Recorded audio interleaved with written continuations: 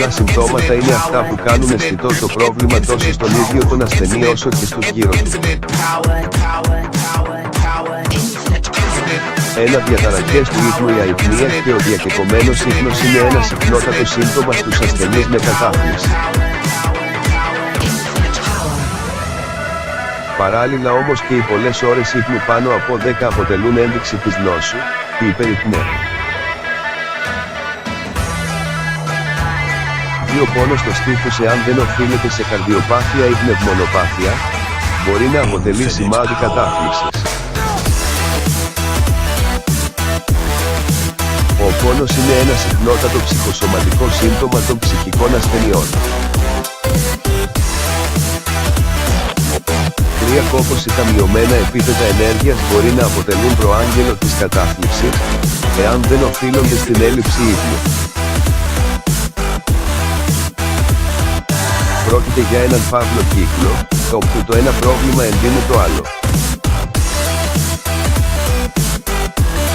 4 μυϊκοί πόνοι και πόνοι στις αρθρώσεις, όπως και στην περίπτωση του πόνου στο στήθος, το χρόνιος πόνος αυξάνει τον κίνδυνο κατάθλιψης και η κατάθλιψη μπορεί να οδηγήσει στο χρόνιο πόνο.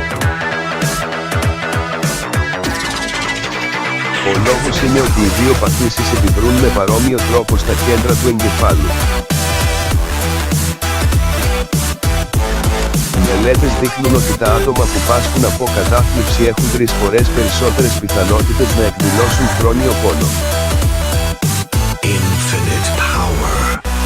5 διαταραχές της πέψης. Η λειτουργία του εγκεφάλου επηρεάζεται άμεσα από τη λειτουργία του γαστρεντερικού και το αντίστροφο.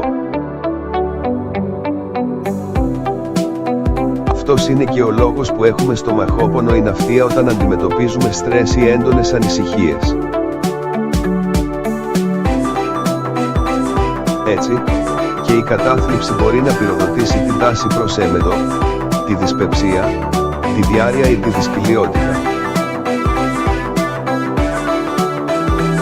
6. Πονοκέφαλος. Ο χρόνιος πονοκέφαλος είναι ένα σύνηθες σύμπτωμα στους ασθενείς με κατάθλιψη. Μελέτες δείχνουν ότι στη βαριάς μορφής κατάθλιψη, οι ασθενείς αντιμετωπίζουν 3 φορές μεγαλύτερο κίνδυνο χρόνιου πονοκεφάλου και ημικρανίας. 7. Σεξουαλική δυσλειτουργία. Η κατάθλιψη μειώνει δραστική την ερωτική διάθεση.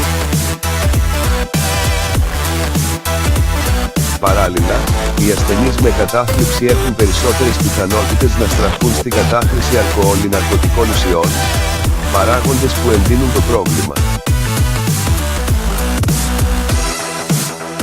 Διαβάστε επίσης τα συμπτώματα της κατάθλιψης στο σώμα, στην ψυχολογία και στην κοινωνική ζωή. Άτυπη κατάθλιψη, τι είναι και με ποια συμπτώματα εκδηλώνεται.